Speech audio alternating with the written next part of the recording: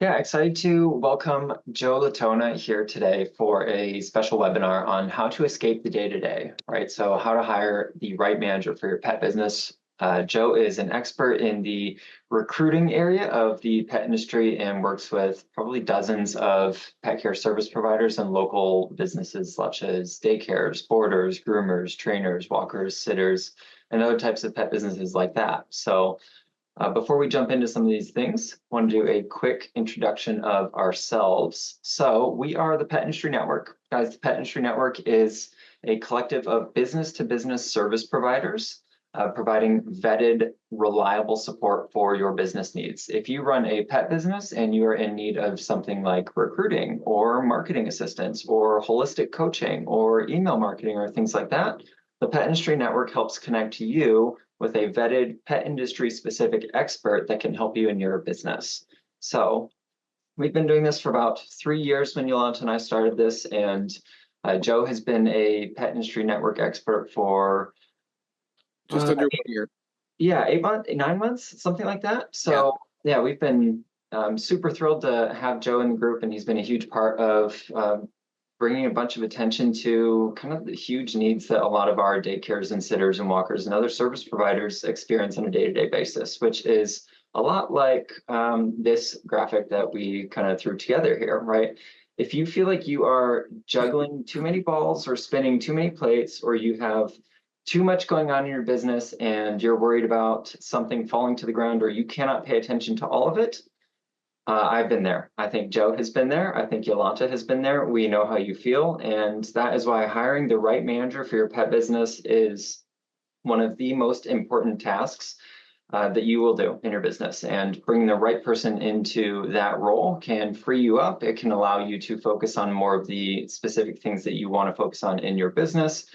I'll let Joe get into it, but if you feel like you've been there, you're in the right place to learn how to find that person that can actually replace you. So I'm excited to let Joe Latona take the stage a little bit. Joe, would you mind sharing us a little bit about yourself, maybe 30, 60 seconds or so before we jump into an agenda and some initial questions? Yeah, I'm long-winded, but I'll try. So I managed a dog walking business, kind of like a large volume dog walking business in Chicago for about 8 years. I was with the company for about 11 years, but I also had a secret life as a recruiter for a nationwide recruitment processing outsourcer. So I kind of paired the philosophies of that business with what we were doing with the dog walking company, and things really worked well. And then in 2019, I came up with the idea to start WalkerScout, which is a recruitment processing outsourcer specifically for the pet care industry. So we help some pet retailers, dog daycares, dog walkers, trainers, groomers, stuff like that. So if you want to delegate the majority of the recruitment process to an experienced group of people, that's WalkerScout. It's not just me. There's about 10 other people here helping me because you need a team to get stuff done. Wonderful. It's true. You do need a team to get some stuff done. Can confirm on that. So we're going to jump into really some of these big questions, but the webinar is going to flow a lot based on the discussion as well as how much you guys participate in the chat as well. So if you do have questions as we're discussing some of these, please feel free to engage in the chat. We do welcome questions. We do want to hear what you're thinking, what your thoughts are on certain things. So don't be a stranger, don't be shy, utilize that chat function for us. So first area that we're going to be focusing on is like how you know when it's time to hire a manager or a GM. So again, trying to find some of those initial signals or signs that you're either overwhelmed or maybe it's financially related that it is time to hire that key role. Number two, probably the next trickiest part is how do you find the right person? Can't tell you how many different pet businesses I work with where they're like, there's just nobody in my area that I feel like is a great candidate for this role, or this role is too specialized and they need too much knowledge. How am I going to find the right person for the right price point? So we're going to dig into that too. And then number three, very tough part. Once you've found that right person, how do you loosen up the reins a little bit and let go of some of those responsibilities without losing control or quality in what's actually going on in your business, which is probably a very real fear that I think anybody that hires anybody in their business has. How can you make sure that that person is doing things at the standard that you want them to do them at? So all of this is going to be incredibly juicy stuff that we're going to dig into.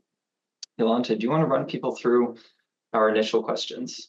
Absolutely. So this is one of those interactive, engaging parts that I was talking about earlier when we were about to get started. So I want you guys to go ahead, stretch your fingers out, get those muscles ready, because I want you to start typing in the chat for me here. First question, just to take a pulse in the room. On a scale of 1 to 5, how challenging does hiring feel for your pet business right now? With 1 being not really, 3 being kind of, and 5 being extremely. So anywhere on that scale, we just want to take a pulse in the room, how you feel about hiring, how challenging it is for you. So we've got a couple of 4s coming in through the chat. Very interesting. Okay, so we can gauge that you guys feel it's very challenging, right? It's not impossible, but it feels very challenging. Great, thank you for the feedback. Awesome. All right, so let's go on to the next question. We would really like for you to type in the chat, what's been your biggest challenge when it comes to hiring or building your team? So it could be a word or 2 words or a phrase. Very specifically, what is that one big pain point or challenge that you are facing when it comes to hiring or building your team? And I can help throw out some ideas if we need some brainstorming. So we've got Sally in the chat sharing finding people who want to work the business and not just pet puppies. Sure. Yeah. Hiring people who understand what it actually means to work in a pet business, right? What are some other examples of challenges that may come to hiring and building your team? If you guys want to drop it in the chat, we want to help get to the bottom of it for you today. So Kevin just shared, understand the physical part of the job. Absolutely, right? What are all of the requirements and expectations for the job, considering that it's not your typical sitting in front of a desk or a computer type job, right? Okay, those are some great examples. The last question that I want to ask you today is, how confident do you feel in your ability to hire the right people? So tell us in the chat, how are you feeling about it? Not confident at all being a 1, number 2 being somewhat confident, and number 3 being very confident, right? So how confident do you feel in your ability to hire the right people? Do you feel like you don't have the skill set, or do you feel like you have some, or like you're just here to maybe soak up some extra tips right here today? So let's see what we've got in the chat. Kevin and Sally both rated a 2. Okay, that's very good to know, because that tells us, based on the last 3 questions that we just asked you, there's room for progress, right? There's room for more.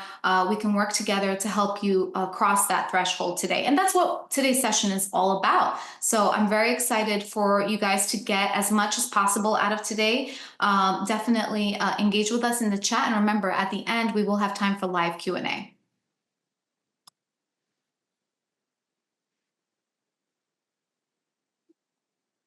So how do we get you from juggling way too many balls and feeling overwhelmed and dropping everything in your business to feeling like you've got everything taken care of running in the background and a smooth, well-oiled machine running? So with that, I want to jump into really the kind of meat and potatoes of our webinar here. So Joe, Yes. kind of kick us off here.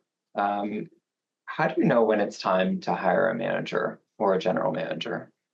Yeah. So I've partially learned this from our clients, because we've helped some of our clients, especially dog daycare clients, find like general managers, kennel managers. So one of the first indicators is probably that there's no chance or little chance for the business to grow or improve, because the owner, or whoever the manager is currently, is spending the majority of their time operating the business. So if you spend all day or all week just keeping the machine going, it'll never grow, it'll never improve. I think all of us want our small businesses to grow and or improve. The other thing would be that tasks are not being completed, or goals are not being hit. Maybe goals aren't even being set. And you start to see things slipping, falling behind. We don't really talk about it as business owners, but I think we all can have burnout. So if you are starting to feel like you don't have the same energy about your business the day you were a startup, when you're in startup mode, I think we all could agree, we're ready to put in the long hours, we're ready to work 12-hour days. If you don't have to work 12-hour days, but if you don't have that same mindset of like, we're going to go get them today. We're going to get them, you know, I want to win today. If you are going in and you're dreading your day to day, that's burnout. And I'm not an expert on burnout, but having a manager will solve that burnout because you're going to move into a different position with your business. I've seen this with a couple of clients recently where retirement is in the future. And you can't do this forever, right? You either will have to sell the business or hire someone to take over your spot. And you know, it does take time to plan this all out. So retirement is a factor. I've also seen businesses that are preparing to sell. Investors don't want to buy themselves a job. They want to buy a functioning business that requires little to no supervision. So if your intention is to have an exit strategy that involves selling your business, having someone to do your job is critical to your ability to sell the business. You don't want to have someone invest in a business and say, okay, great, you've signed up to work 50 hours a week, and whatever the profit is, that's what you're making, that's your salary. I will also say that the PIN network has opened my eyes. There's a lot of resources here. And before you start to explore next steps with hiring a GM, you know, hiring a kennel manager, or a retail manager, whatever your business is, you really need to speak to a bookkeeper. We have Virginia as a bookkeeper at the PIN network, but you really need to know what you could afford to pay. And then you need to figure out what kind of the market rate is for a similar position in your area. You know, what you're going to earn in Washington State is going to be different than Florida. So you really need to do your research to your area and know that you'll be competing against businesses, maybe not pet care businesses, but people with those skill sets that you're looking for: team management, client management, operations. You need to know what those other businesses are offering for those types of roles. You also need to kind of plan that this is going to be a position, finally, that will probably take a little bit more time to find than like an entry-level position. I mean, this is going to be a role that you are the most selective on. Like if you had to be selective, this is the role to be careful with who you're recruiting. So plan for more time. If it takes you 2 to 4 weeks to hire an entry-level person, this could be like an 8-week search, because you don't want to hire the wrong person. You're looking for a long-term fit. They're not part of the PIN network, but there is a service called the Steering Group. I want to say it's about $150 or $200, but they offer a intense professional behavior survey specifically for managers. It takes like 30 minutes, 45 minutes to complete, but they give you a huge docket on what this candidate's motivations are. And you could learn. We just hired a GM for a kennel. And one of the most interesting things about that docket was that person's not motivated by money. They're motivated by control. And I'm not that way, and the owners are not that way. So that was a surprise, but also very helpful to learn. So definitely plan ahead and be selective when it comes to selecting a new general manager for your business. A lot of good advice in there. Just to pitch in my own 2 cents, it's Please. impossible to scale if so much relies on one person, you know. So when you are trying to duplicate yourself, and whatever the exit strategy is, whether you're selling or trying to retire from the business or just try to get more time for yourself in it, it is incredibly challenging if you don't have a process where you can easily replace yourself. Because the other part of this is, like, if you are selling a business and an investor needs to know that the manager hiring and training and recruitment process is also kind of processed out and scalable, so that if they do want to open up another location, or if manager leaves for one reason or another, it's not, you know, all hands on deck and the building's burning down. You know, it's going to be okay. So yeah, a ton of good information there for sure.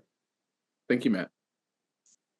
You mentioned as well the personality test with that managers want to control, which I find is incredibly interesting. And then the last thing that I thought about is, like, if you do make the wrong hire, it can actually set you back quite a ways. It's financially and with time too. It could be it hurts more if you have a manager hire go wrong, for sure. It's discouraging too. Oh yeah, it hurts contribute to morale. burnout. Definitely. Yeah. It's the So most important hire your business will ever make, probably. it's true. So you got to, treat it with its importance. Put some white gloves. Yeah, it's worth a $150 survey. It's worth throwing everything at it. Like we do. We don't provide that. We provide them. We don't perform them, but we use a service called Foley, and Foley does a social media check. And they don't show you, so if someone doesn't like a political figure or something, you don't see that person's picture, but it'll say, oh, this person had this many posts, which is more or less or on average for other people.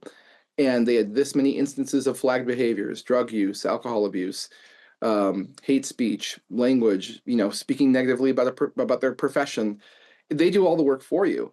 Because maybe you don't need to do that for an entry level hire, but if I'm recruiting a manager to hopefully run my business for the next 5 to 10 years, I want to know as much as I can about them on a professional level to know if, are they going to be speaking ill of about my business after I recruit them. We recruited somebody who was speaking ill about working at medieval times.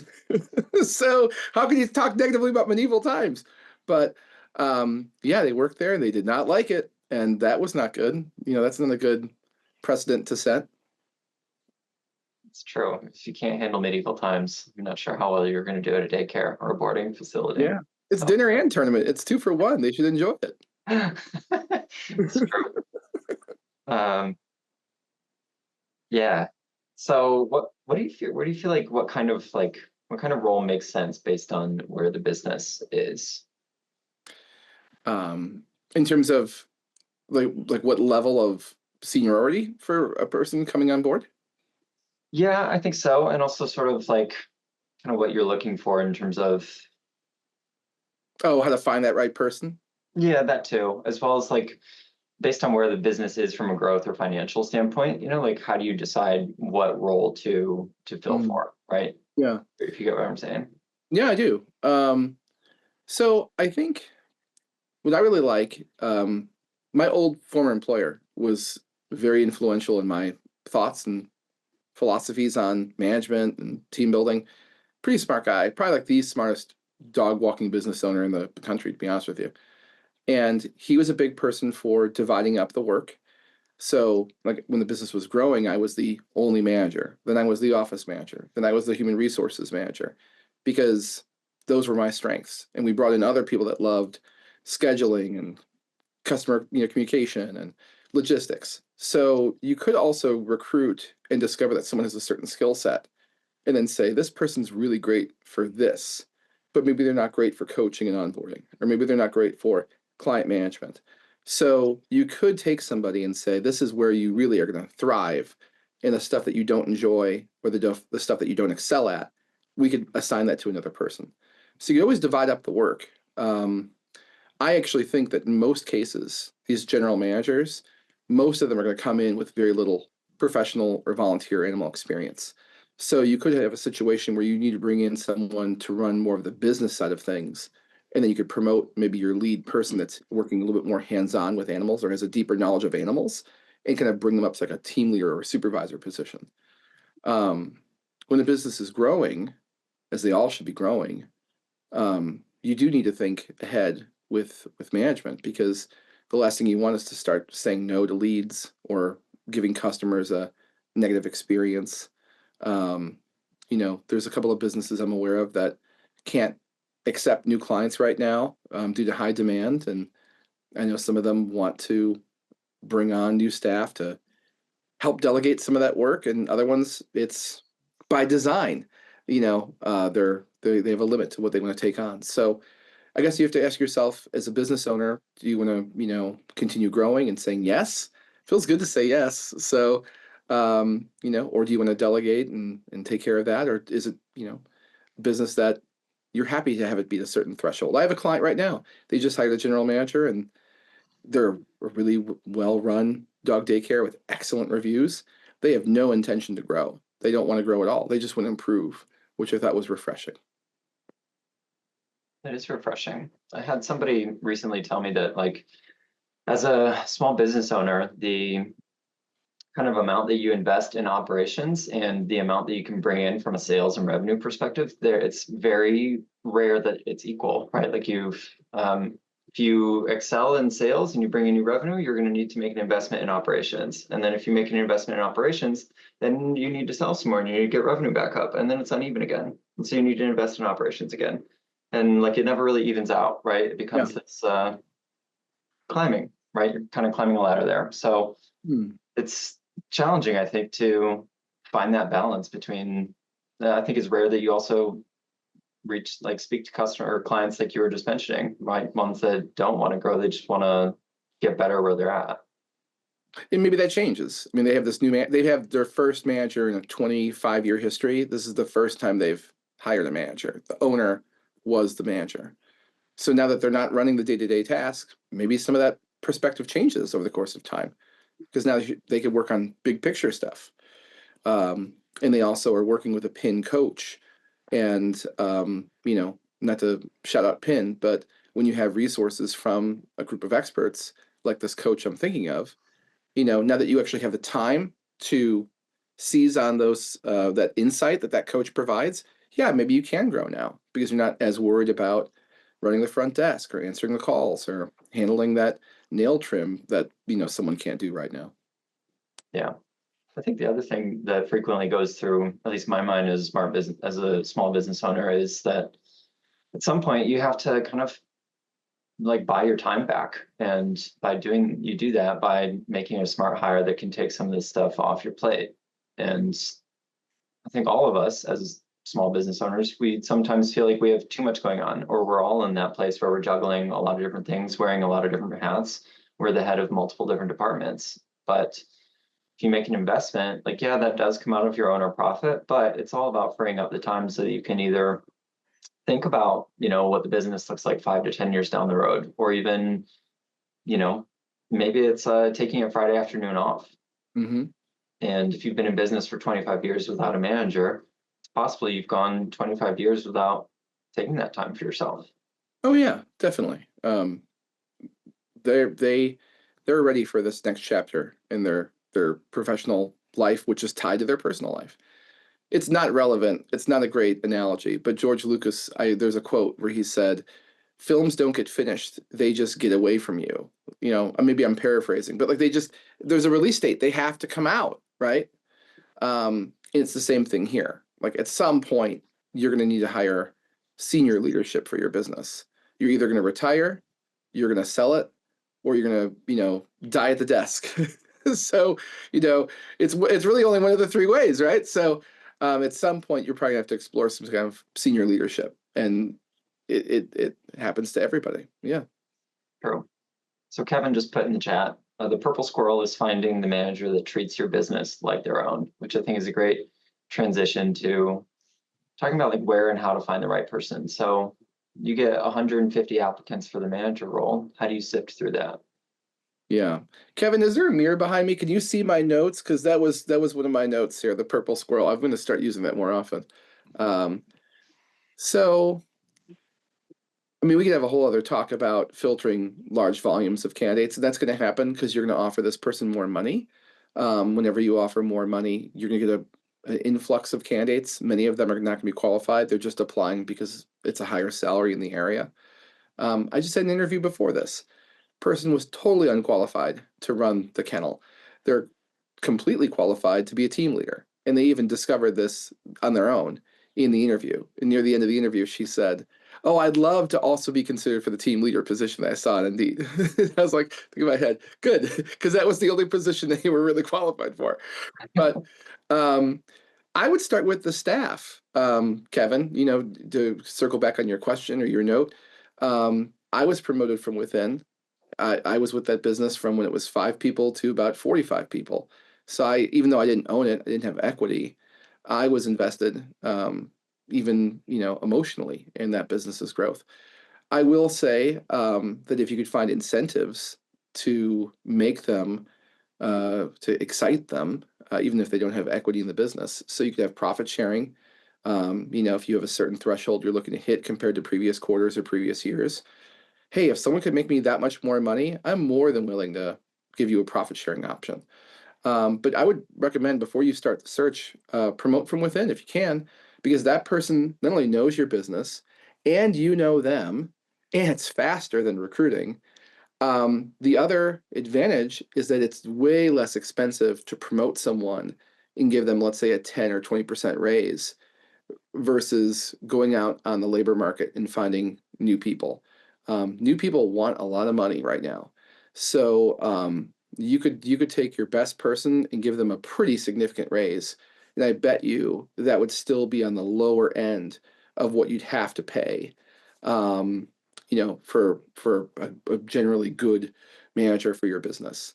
I also think if you have friends in the neighborhood, if you've got friends in your city, and they have really strong people working at their business, as long as you're not competing, maybe there's a way you could ask them, hey, we're hiring a general manager. I'm not sure if you've got someone that you think would be a good fit. I know you're going to lose somebody. I'll return the favor later on. But maybe if you have a good network going on, it might be worth a discussion. I wouldn't recommend using social. Usually I'm a big person for diversifying your candidate sources like social media and putting a now hiring sign up, like everything you can to get the word out. With senior leadership positions, I wouldn't necessarily promote it on social media or have a now hiring sign for that, because that's just going to encourage maybe the wrong population to apply. You can use a career page if your website for your business has a career page. Of course, for the career page to function correctly, you need good SEO. Not to point at Matt, but Matt is our SEO expert with PIN. So if you don't have an SEO strategy, I'd recommend it. SEO doesn't just help new leads come in, but it also helps candidates come in, which I think are more valuable than leads if you've got a really good person on your team. So have a career page. And then you also want to make sure that your public perception is a positive one. So if you have reviews on Google or Yelp, obviously we want those to look good. But we also have employees or former staff or current staff reviewing us on places like Indeed and Glassdoor. You're going to have a very hard time recruiting a high quality individual if your public perception on Indeed is a poor one as an employer, from an employer's perspective. So you really can't do anything to get rid of the old ones. All you have to really do is squash those bad reviews with new good ones. So what I would recommend is you would tailor the invite to former staff members that you trust to give you a good review. Maybe give them a little gift card for their time, not asking for a good review, for your time, $50 or whatever. But you want to make sure that you have a really positive, public perspective. If you feel like your business is a mystery, sometimes our businesses are strange and unique, you could make photo and video content for the website or even just on your social media. Because if this person's really caring about this application, they're going to find you on social media before they apply or as they're applying. We do have a PIN expert, Beth, who does like high quality video production for our industry. So that would be a good way to educate not just leads and clients, but I think prospective job applicants, to better inform them like what our mission is, what our core values are, what are the services and products that we provide.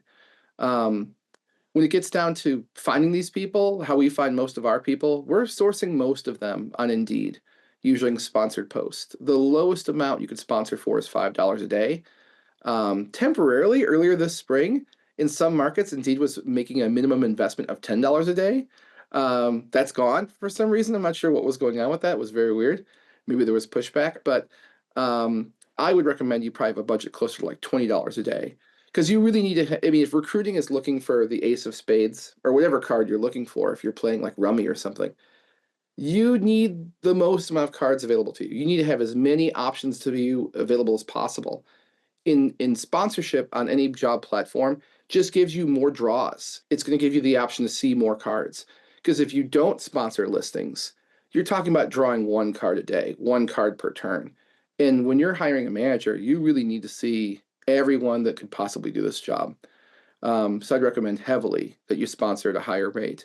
Maybe not the rate that Indeed or ZipRecruiter recommends, which is typically like $30 to $40 a day. But I think a $20 a day investment isn't that bad. We also have options like smart sourcing with Indeed, which, especially if you're in like a smaller population area, would be an option. Smart sourcing is like you control the filters of who you're looking for. Like I want someone that lives within a certain mileage certain levels of experience. Maybe they've worked at certain employers. And then you could kind of like poke those people on Indeed to apply as a general manager or whatever your position is. I want to say it's like $125 monthly, and you can contact up to 30 people. And if they don't respond, that like contact credit comes back to you, and you could ask somebody else. But if you're like in like we were recruiting right now on the East Coast in a city that's almost like a vacation area, like a vacation seasonal town, there's not a lot of people that live there year round. So we're doing everything we can with the tools available to us to get more people to apply. I mentioned it before. You probably won't be able to find someone who's a dog or pet expert. It's more likely you're going to find someone who really knows how to run a business, and you could teach them the dog stuff. Or you could promote one of your senior people who's great with animals, maybe not great with running a business, but they understand animals, and that person can kind of become some kind of like senior team leader. And I would recommend not listing the position as like a funky name, like, or even kennel manager. I would recommend just always listing it as like a general manager, because you're going to attract people from all different, industries. You can on certain job boards, like on Indeed, I could say I'm hiring a general manager in pet services. Like they show you there's an option there for the category that you're hiring in. But at the same time, you don't want to pigeonhole, because if you say I'm looking for, let's say, a kennel manager, so many qualified people are not going to explore the opportunity just because they're going to assume that kennel experience is a prerequisite for the position. So yeah, those are all my short, I guess I would say short insights, but they were pretty long. Those are all my insights, I guess, on how to find the right person, where to go, some of the little tools to get that process started. So a ton of great info. Thank you. We have Sally's question in the chat, and then I actually have a question myself too. So Sally wondered, if you hire a good general manager, what's the amount of time recommended for training before you, Sally, if I understand you right, you said before stepping away, which I think maybe is like taking the training wheels off. Well, knowing Sally is so close to Mackinac Island, I will come up personally, Sally, and I will apply. I could be there in about 5.5, 6 hours. I would love to live near Mackinac. It's weird. Every market's different. Knowing where you operate, Sally, because it's not a huge population center. You've got Traverse City over there. There's more people living there and stuff, but that's not super close. You're going to need more time. We just filled a role recently out in the Midwest in a pretty major city, and we were able to fill that quick. The owner was aggressive with how much they wanted to spend on Indeed, so we had a lot of options available to us, and they actually didn't want an animal expert. They wanted to bring somebody in with almost no animal experience, because they didn't want to have that person come in with like baggage about animal stuff, right? So we were able to fill that role in about 4 weeks, which I think is pretty good for a general manager for a business. I would say you could assume it's gonna be 4 to 8 weeks for the search, especially in an area like Traverse City, Mackinac City, like that whole area there, because there's just less people living there, so you have less cards to choose from. I would say also a big problem up here, and it could be for some other people here, I'm not sure, is lack of talent, and then lack of housing when you do find it, if they're not already here. It'd be a big move to move up. Yeah, I had a cousin that moved up to teach near Traverse City, that really cool like music and art high school. What's it called? It's Interlochen. I went there as a vocal performance minor. You went to Interlochen? Yeah. That's really cool. I'm everywhere, guys. That's so cool. Wow. Yeah, I'm not sure if you guys know that school, like the alumni of that school, it's incredible, like who has graduated from that school. But all right, I'm gonna stop flipping out about Interlochen. It's tough. Yeah, you're gonna have to really let go of some of the things that other businesses would be able to ask for. For instance, like you might have someone traveling from much further away. Like I know some of my clients, when they're hiring a manager, they still want that person to be like within like half an hour, in cases of emergencies and stuff like that. But you're kind of dealing with an area where there's longer commutes involved, maybe not a lot of traffic, but more miles. So yeah, you might have to find someone who's less animal experience, living further away. You may have to offer a more competitive wage. than what I think you would have to offer. You have to be more competitive where you are versus being competitive in Chicago. Because in Chicago, you just have many more people to choose from. You'll find them though, Sally. Just tell me when to interlock them. I'll just sing for them. Matt, you had a question? I did. So have you found that some industries for candidates translate to pet better than others? We did hire a leader for a training business, and training and grooming are very hard. It's hard to hire like entry-level groomers. It's really hard to hire groomers. Groomers are, I think, by far the hardest people to hire for, and then trainers after that. So yeah, you are going to have that variable there if you're looking to, build some kind of like salon manager for a grooming salon, or if you're looking to have some kind of like curriculum person at a training program.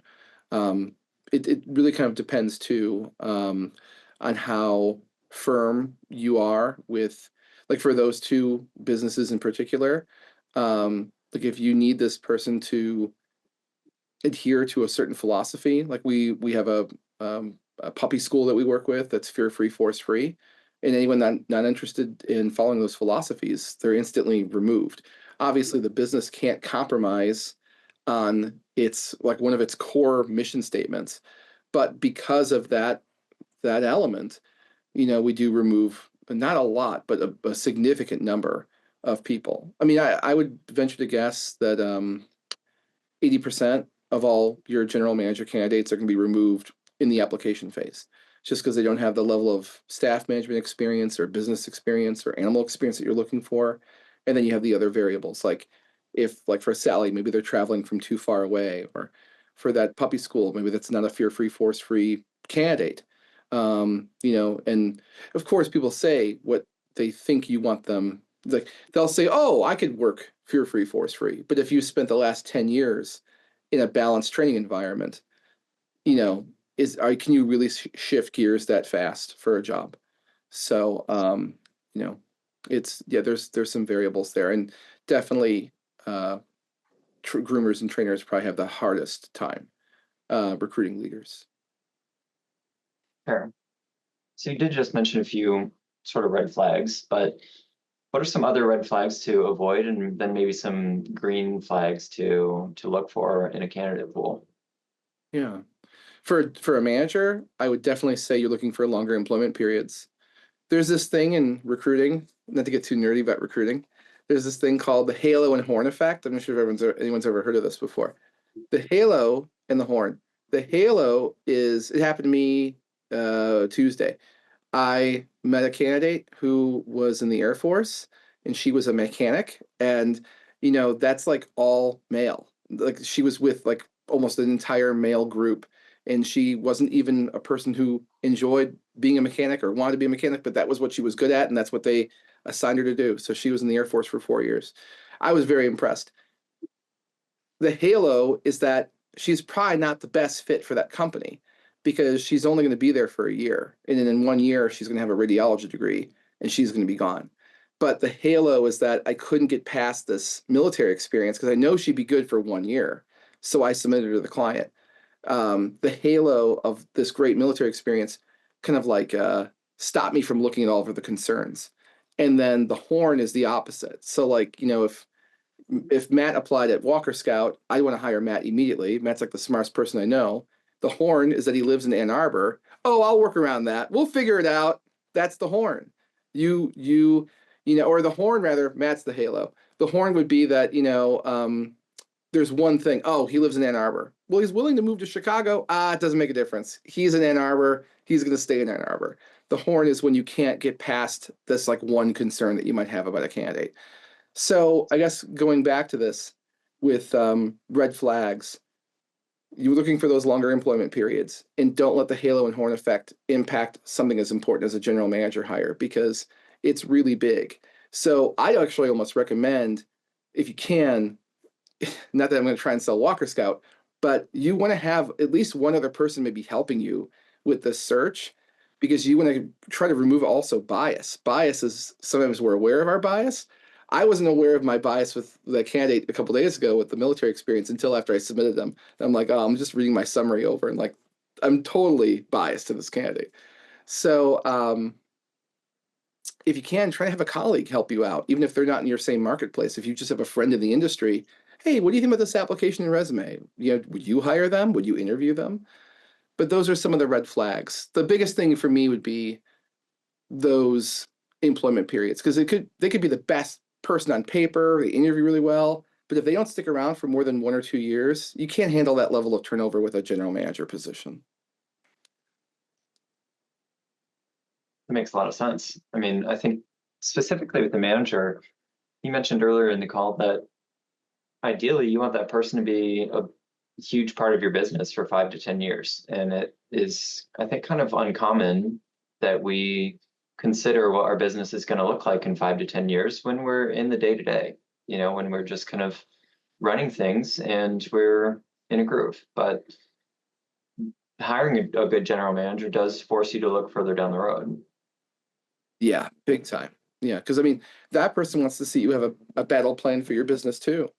Nobody wants to join a company in a manager position and then get the sense that the owner's checked out or the owner doesn't have a vision. That's a good point. I think as well, like some of the issues that I think my clients maybe show, they're a little burnt out in their own business and they think that the position that they're hiring for is kind of unattractive, you know, in the sense that it's handling a lot of the tasks that they no longer want to do. And so in their head, their bias says, how would anyone want to do these things that I no longer like? Yeah, well, that's maybe when you need to have someone else recruit for you. Not to sell it, but yeah, if you don't have the same level of enthusiasm, like we talked about this, like, yeah, like you mentioned, if you're not feeling as excited about your business as you were when you were in startup mode, it's hard to recruit for the job that you have. You know, if you don't want to do this job anymore, why are you going to try and get someone else to do it?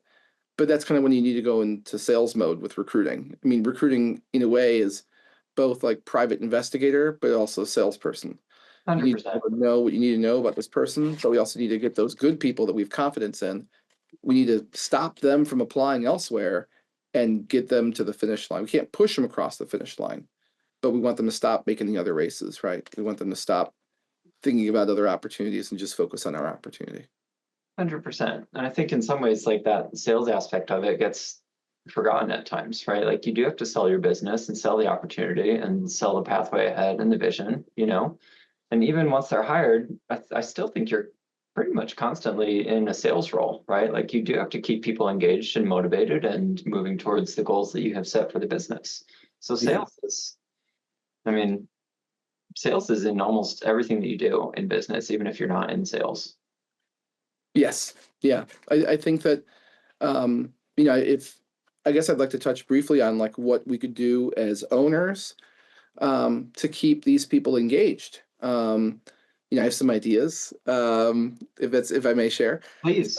If you know your KPIs, your big performance indicators, you know, I would try to figure out what those metrics were, what those numbers looked like before you made the hire, start tracking them after the new manager is in place, and then see if there's things going up, trending the right way, maybe trending the wrong way, and then develop some kind of regular recurring, either daily, weekly, or monthly schedule to talk about some of those KPIs. Because if it's just a thing where it goes untouched, like we're just not going to talk about it, why bother? The business is run without KPIs for 20 years, it'll run for another 20 years. Well, like I guess maybe, but like those check-ins are important, you know, especially to a newer manager. I also think that if you can create, like I'll give you a good example from my time as managing the dog walking business. The owner of the business moved out of state, and he had a whole other company at one point that he was running. So, you know, I'm working with my boss, but he's not near me. He's not local. He's not even on the same time zone as me. I don't have his full attention because he has another business that he's also working on. So we used a combination of like ClickUp and Trello and all these different like websites to kind of visualize what responsibilities I had on a daily, weekly, and monthly basis, what the priority was, what our deadlines were, So with just a glance, I could kind of see, oh, this still needs to be finished. This still needs to be done. And he can see the same information that I can. So we're kind of keeping each other in check. Because if I see that he missed a responsibility, then he could, maybe I could step in and help him out. So not just having a tracking of KPIs and having those check-ins, but having some kind of shared maybe software that is visual and accessible to everybody. That way you can kind of collaborate with this new person. And I also finally just remember, I talked about this earlier, but profit sharing, I think, for a manager would be one of the best ways to motivate them and keep them engaged. You don't have to give them stock, you don't have to give them equity, but maybe there's a way to share the profits. If you're seeing things trend up and we're 20% above where we were last year, I'd like to think that their leadership is, partially responsible for that, and rewarding them a percentage of those profits above that threshold. Maybe that's a great way to incentivize them. So, yeah, those are some of my, I guess, ideas on how to keep those new managers engaged and motivated and really firing in all cylinders. The PIN network does have, I mentioned before, business coaching, business development. Yolanta does business development. So you could take PIN experts where maybe that person doesn't have that skill set. Like we have bookkeepers and we've got people who do copywriting. So, oh, they're a great candidate, but their grammar's wrong. You could have a PIN expert right there for them, write the marketing material for them. But I mean, the PIN network, what really I liked about the concept of it when you guys, when we first connected, is that it solves unique problems for different businesses. So if this is where you're struggling, like if you need a bookkeeper, you can't do 1 + 1. You don't have to worry about 1 + 1. You can just hire the bookkeeper that the PIN network has. So that's another way that you can hand off responsibilities and still know that the quality of the work won't be lost. You could, have them work with experts. It's true. It's totally true. I think the other thing that you just mentioned that resonates with me a bit, like my experience in running teams is, I think it's always important to know what motivates people. They're not always going to be motivated by money, right? But if they are, then something like profit sharing is probably appealing to them. Or the other candidate that you mentioned that is based on the personality test, they're just interested in control. Maybe they just want to continue to move up whatever ladder you have set and start to take ownership of more parts of the business, but whatever it is, like you do have to keep in mind what's important to people. And that's, I think, part of your job as an owner and as a manager is like dangling that carrot all the time, really. It could be flexible scheduling. It could be working from home some days of the week. There's all sorts of things you could offer to people that are not monetary, that might be a big win for them. True. Super true. So I think we have one more little topic here before we check out, but possibly the most important one. Once you've made that hire, you feel like you have that great candidate. How do you, kind of step away a little bit and not sacrifice quality and control while also giving away some of those responsibilities that are stretching you too thin? Yeah, I mean, it's tough if you've, like for the client I'm thinking of that has run their business for about 25 years and they just hired this new manager and they're beginning that transition like right now. I think that they selected a new person on Monday and they were coming in on Tuesday or something like that. Coming in the sense in this new role. It's tough to step away. It's tough to step back. I do it myself. I read all the summaries that our recruiters send to the clients, and because when we meet with people, we send a summary email that includes like a transcript and a video of the interview. And there are times where I'm like, oh, that wasn't my concern with this candidate, So it's tough. I think you kind of have to give them advice and coaching, but if you micromanage a manager, if you micromanage your new GM, that could hurt the relationship professionally. Because especially if this person's new, if they weren't promoted from within the team, you went into the boards or wherever you found this person, you recruited them, your relationship's still very new. So if you can, I'd really recommend going hands off with them. Try to give them monitor their work. Like I monitor all the recruiters' works. I'm actually starting to let go of some of that because I have a recruiter here with a great level of experience and they've been kind enough to start helping me with the quality control of watching the interviews. But yeah, I think it'd be best to give coaching, give advice, but do so carefully and deliberately. And maybe kind of keep track. Like I keep track personally of how often I give people feedback. So if I know, oh, I gave, Mike feedback on June 5th, and now it's the 13th, unless it's like some major issue, I might not give him feedback really soon because I don't want to overwhelm him with coaching and guidance. I don't want him to feel like he's always doing something wrong. So then I might actually try to find something really positive in his summary. Oh, I really liked how you pointed out that that candidate only sticks around if they're paid well or whatever it is.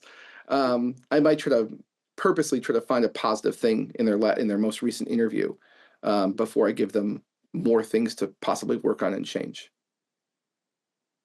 Good point. As an owner as well, like we always have to be learning, right? And so accepting some coaching from people is sometimes humbling, but important. So as we kind of wrap up here, the hour has really flown by. Guys, thank everybody. I just want to thank everyone for joining here. If you want help filling your candidate pool with qualified applicants, Joe here has graciously offered a complimentary hiring strategy session, and that can help you scale your team in a smart way. So we're going to open up the floor for questions here in a minute, but I'd highly encourage you to scan this QR code, book a complimentary call with Joe here. And if you're already a client of any pet industry network, your first recruitment process with Joe gets a $200 discount. So thank you, Joe, for that super generous offer. And if we do have any questions here, would love to hear also any other thoughts, questions, things like that in the chat, and we'll make sure Joe can answer them here. I think I saw a note from Christine. She did. I saw that as well. Yeah. How well does the candidate communicate? Oh, please go ahead, Matt. No, I was going to read the same thing, so go ahead. You read better than I do. That's insane and not true. So Christine said basically asking how well the candidate communicates and if communication is one of their core values. I have to agree, like if you're going to be in a client or customer facing role, then communication is incredibly important because they become a representative of your business. Absolutely true. Yeah.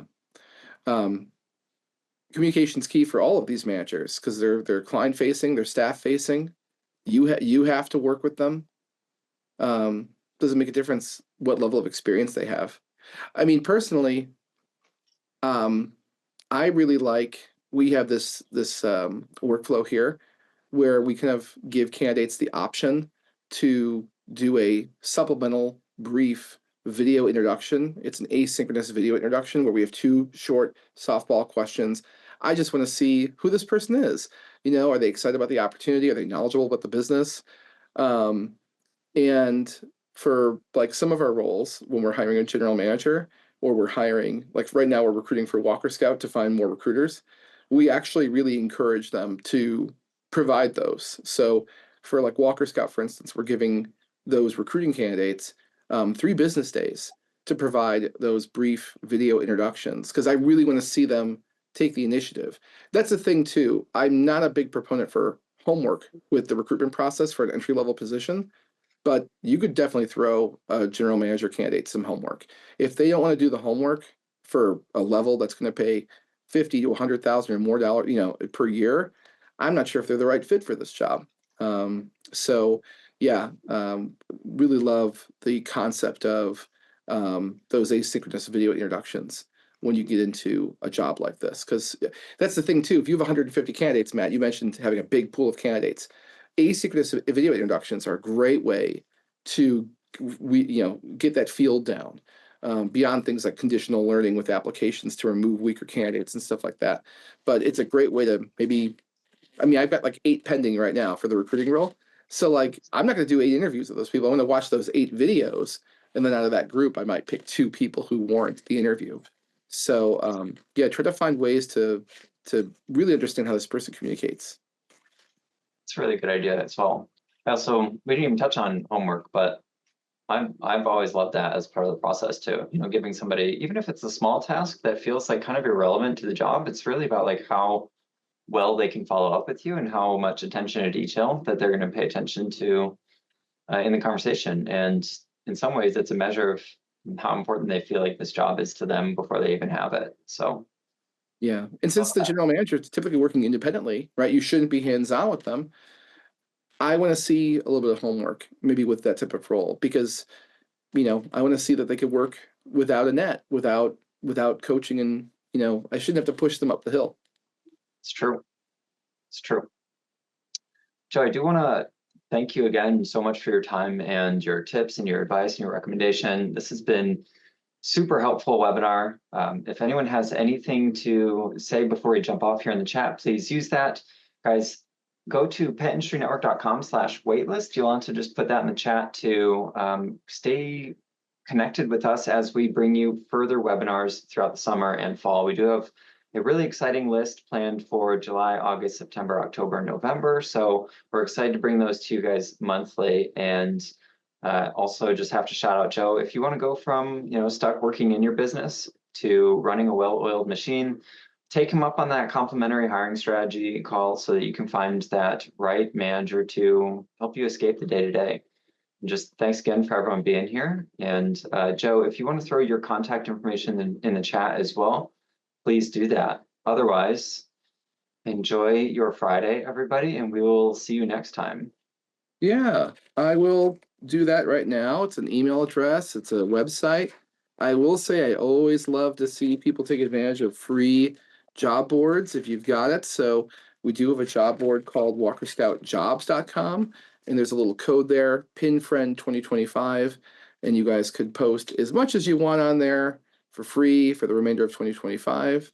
Wow. It's fun. Helps everybody, really. More activity on that board. Matt knows the more the more new activity on the website, the better. So, yeah, that tide lifts all boats. It's true. And actually, we posted on there as well. So that's a really generous offer. Thank you, Joe. Oh, thank you, Christine. Thank you. I have the pleasure of representing Christine's business. She's got a wonderful business that sells high-end pet supplies, pet food in like the Houston area, but they also do pet sitting. So thank you, Christine. That's very thoughtful of you. You're welcome. And he's helping me right now find someone else. Wonderful. Well, all right, guys, appreciate everybody's time and attention. And thanks so much for the engaging questions and thoughts. You guys know how to reach Joe. You guys know how to reach the Pet Industry Network. This is us signing off till next time. Thank you so much for joining us today. Thanks, everyone.